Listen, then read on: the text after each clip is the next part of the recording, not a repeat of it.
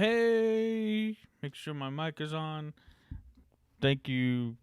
We have an off week this week. We usually are doing technology contestant training, but I thought I'd come do it this week instead on here. And I have some slides to show you. I'm gonna get right to it. And here's the slides. Pull them up right here, and there we go. There's the slides. Welcome to the 2020 Contestant Technology Briefing. And I will go over a few things. I'm keeping an eye on the chat as well. I'm going to go over lighting and sound, background and space, and some more tips and tricks to help you better compete in the upcoming divisional rounds. First, I start, and I have some videos that I'm going to play to as well at the end of these slides, but I'm just going to go over some basic, and the videos will cover these a lot more in detail as well. These links can also be shared, and I will link all those links to the videos down below to in the comment in the description. I will do all that below with these. They're actually YouTube links in the that I got this from. But 3-point lighting, you got your key light, backlight, and fill light, and see in relation to where the camera is and the person, in relation to where all the lights are. Doing this, if you just do one, the most important one is the key light, but if you do just one of these, it will improve the way you appear to the judges over Zoom tremendously, just by doing at least one. And I would recommend the key light, and then get a backlight. It helps you stand out a little better. So there's 3-point lighting. Let's get into being heard. There we got lighting, so you can be seen, now being heard. 3 different types in this virtual environment of microphones. As you see, I have a handheld attached to a stand for my setup. You can also have a lavalier or lapel. They called it in the old days. A lavalier that clips right onto your shirt. If you have a long enough wire, these usually work really well, and it lets you go away from the computer, stand up, and still be heard quite clear. So, of course, there's a handheld, which you see my handheld, what I'm doing with my handheld. I can actually be hand-free with it because I have a stand for it as well. Or a headset with a microphone on it works just as well. Moving on, some background and space. And again, I have a video on this I have a video that I'm going to be covering this as well. You must, a couple things. You must pin your timer immediately upon logging into the contest. If you do not, you will not know what time it is when your time is up, when your time to speak is up, and when you are to stop speaking. Let's all do that. Well, we can't do that right now, but next time we're in the Zoom, we can show you that for sure. Everyone, please, next time you're in a Zoom, take the opportunity for work or for a Toastmasters meeting. Take the opportunity to pin the timer.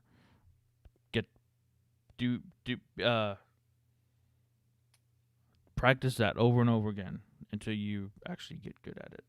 Keep your backgrounds neutral, like the picture here. If you have a wall that is neutral, or you can hang a white sheet as well in back of you. You can also shine a light on the sheet and the wall, and that'll add a nice lighting background. Be aware of where your space is. The camera only goes so far as the microphone. The further you are, the worse the lighting sound may get. Also, gestures may get lost off camera and ineffective. Practice with a buddy or so you know where you can go, where you can't. Highlight the note at the bottom. Oh, that was a note for me, but there was no note at the bottom. Okay. Moving on. So there's pin your timer, neutral background, have a neutral background, and be aware of speaking space. And there's some other things that we should know. Do not click leave meeting when you're in the breakout room. I've actually been forgetting to talk about this. When you're in the breakout room, when you're ready to go, it's your turn to speak. Do not click leave meeting, or you will be removed from the Zoom meeting and miss your competing time slot. You'll see the button that says leave, and then leave breakout meeting. Make sure you hit the second button, leave breakout meeting, and that'll send you back to the main room and not have you exit. So moving on. Some other tips: keep floor free. If you are moving around, you will not want to trip on something that is lying on the floor. Send your family to the park, to the grandma's, whatever. Put your pets outside or locked up where they can't be heard. Send them with the family to grandma's. I'm reading here. Crank the air up and get your house very cold for the hours prior to the contest that night before. Cut off the air. Microphones pick up any of that sound and can overshadow your voice. Additionally, if you wear anything that jingles or it will be heard. Take it off. So no fans, no AC. Just got an email, but I'm keep on going. No see-through or no thin or see-through clothing. Solid colors are best, and no busy clothing. Moving on. Check your download upload speed.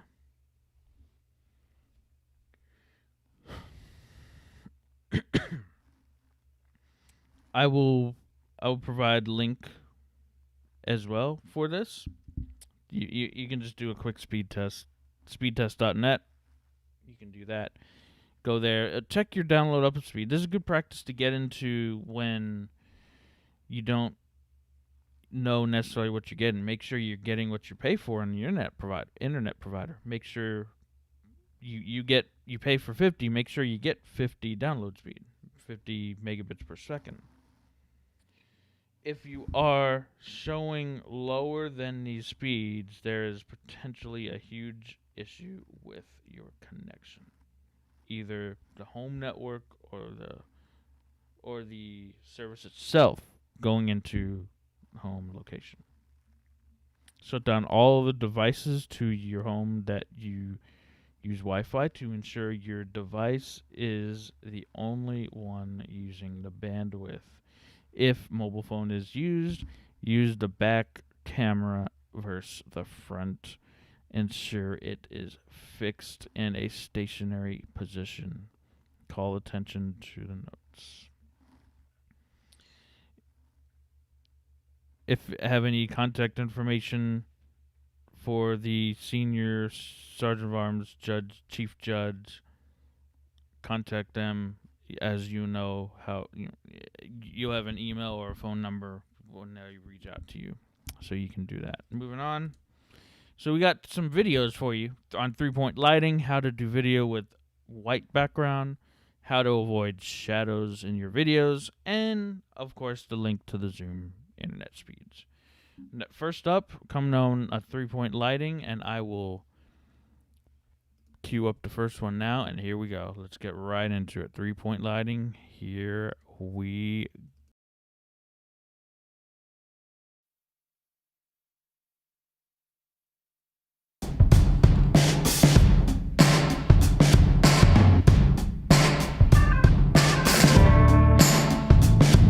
Hi there, I'm Grover Austin, course director in the lighting department here at Full Sail University. Today we're going to talk about the basics of three-point lighting. Whether you're working in video or still photography, three-point lighting is a fundamental method you can use when you want to light a subject so that they can easily be distinguished from a flat background. One of the first things we do in this process is establish the camera to subject axis. It's an imaginary line between the camera and our subject that helps guide us in our lighting. We place the key on one side of the line and the fill on the other. We start with the key light. It's our most powerful, important, and brightest light. We can place the key light on the left or the right side of our axis, depending on our subject and environment. In this case, we've placed it to the left, roughly 45 degrees from our talent, Jana, and at a 45-degree angle above her. The closer we place the key to our camera to subject axis, the flatter the look of our lighting. If we move it further away, it creates more dramatic shadows on the face.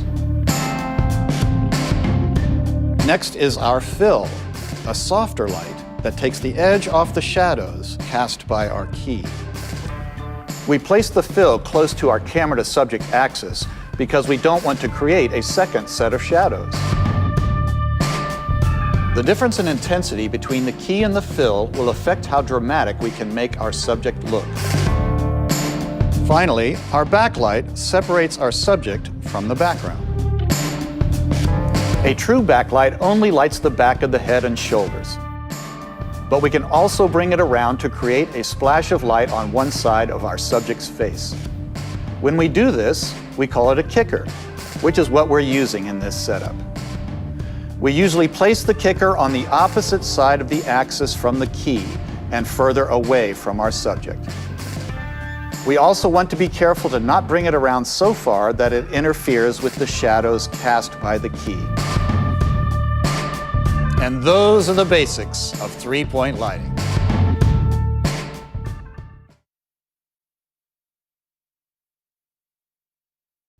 All right, hope you enjoyed that video as I come back on screen here. The next video I have is how to do a video on a white background. Tune that up, and here we go. Let's get right into it. Wow.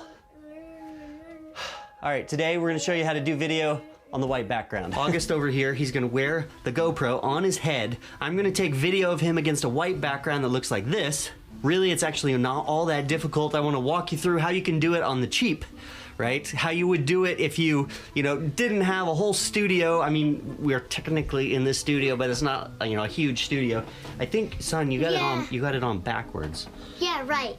Yeah, right. You want me to show you how to get it on and we'll start this whole thing? You stand up here, show them how the transformer works. So there's a few different ways that you can take video on a white background. It's kind of the Apple look.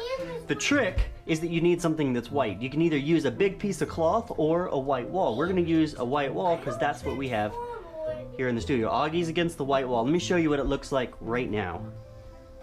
Okay, step to the front edge.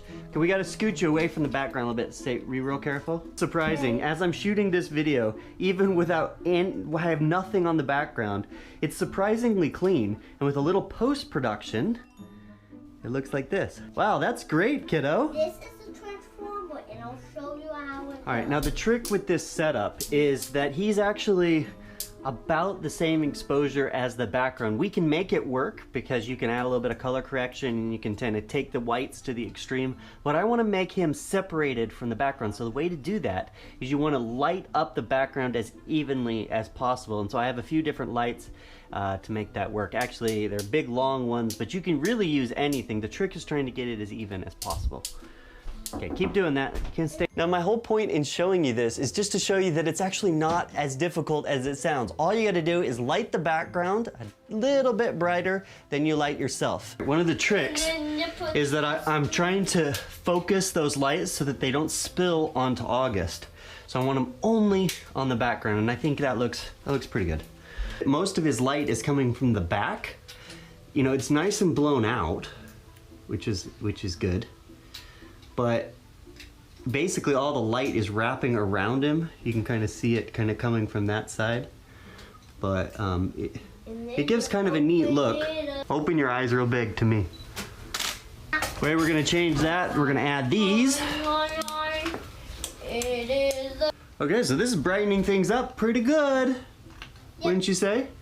There's one there, one there, one there, one there, one there. The nice thing with this white background, what you're gonna do is you're gonna crop out, whoops, that focuses it. You're gonna crop out all of this, but as long as he's in the middle, you're fine, right, Oggs? Right.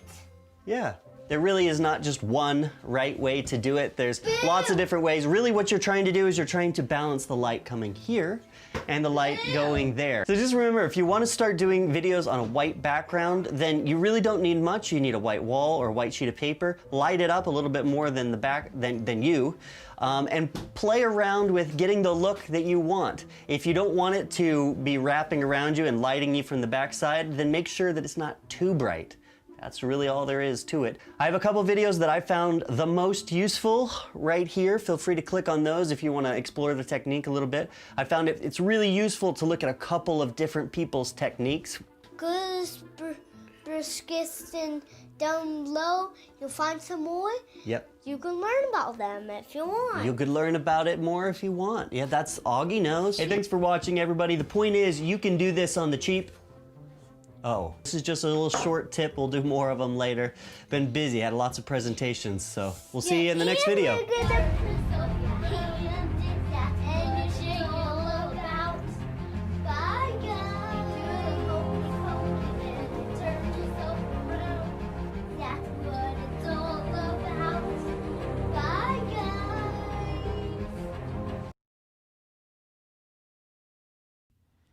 All right, and the last video I have for you in this evening in this live stream, I'm queuing up right now, and that's on how to avoid shadows in your videos, and that's coming right now. Are there shadows in your online videos? Well, I'm Brighton West from Subscriber Nation, and today I'm going to show you how to easily get rid of those shadows using a simple photography umbrella. So when you start making videos, you really don't need a lot of equipment, really just a camera and a microphone and maybe a light. Really, you can sit next to a big window getting some indirect light, and that will work just fine. Have it wrap around some of the most beautiful videos taken with natural light. But if you're shooting your videos at night, clearly you're going to need some kind of electric light. So I'm going to show you today how to get rid of that nasty background. So we're starting with just one light because that's really all you need. But right now it's a light that is very, very stark and bright, and it's shining directly on me. And really, I think if you think about this like the sun, if you're outside on a really sunny day and the sun is just this little thing in the sky, the light shining down casts really harsh shadows on the ground. But if you're outside on a cloudy day, it's just as bright, but there aren't those harsh shadows, and maybe there are really soft shadows depending on how cloudy it is. But essentially what it's doing is diffusing the light over a really large area, and that's what you need to do to improve your videos. What I'm going to do is just add a umbrella to the light. So this is the light that I'm using. As you can see, it's probably bigger than most lights that you would have at your house. This is an 85 watt compact fluorescent light, so it's really bright, but you can really do this with just about any light. I like using compact fluorescents because you can get them daylight balanced and they don't really warm up the room you're working in. But it's attached here to a premium socket, which really, premium means like $5. I'll have a link to that too. And on a light stand, this is a pretty inexpensive light stand. I want to say it was about 20 bucks. I'll have a link to that too. So this socket here has a spot for the umbrella. And this one is a little bit flatter on one side. Just kind of line that up, push it through, and it's kind of tight. Then it'll hold it in there, and then just slide it down, and there you go. So that's it. So now when I turn this light on, instead of being this big, it's now going to be this big. Now this is just a $10 umbrella I got on Amazon.com. I love it. I'm going to link that up in the show notes below so you can go over and find the equipment that I use. But you can see here that the background is already kind of like the shadow's still there, but it's not that crisp shadow that's really distracting. And also the light is wrapping around my face a little better. It's not casting sharp shadows across my face. So that's it. All you need is a simple way to get the light bigger. You could use a lampshade or just a really light sheet, something that's pretty translucent. You just need to go from a small point source of light to a wider source of light. And so that's really going to help you take your videos up a notch professionally. So I did want to share with you what happens when you have a second light and put a little more background light there and also some light on the right-hand side of my face. There we go. That second light adds just a little bit of fill on this side of my face, lights up the background a little bit better. You want to make sure that you still have one light that's clearly the direct source of light and one that's the fill. I bring you quick tips, tutorials, and interviews with people who are using online video successfully every single week. I would love it if you clicked subscribe now and just come along with me on this journey of increasing the professionalism in your videos just a little bit every single week.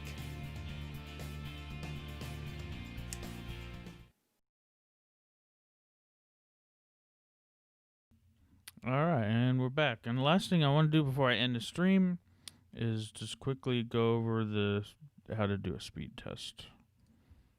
www.speedtest.net. Take you to there. You'll pull up some location information and just click go. Wait for it. It'll tell you both your download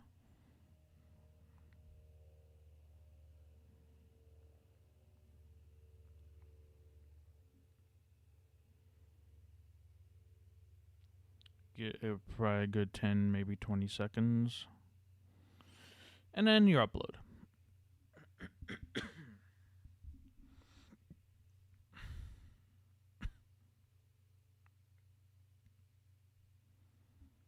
And this is this is what the average internet speed is that most people are getting these days. So this is a pretty good internet speed. So with that, and I will end this right here. And thank you for watching this technology contestant training, and I will end the stream right now.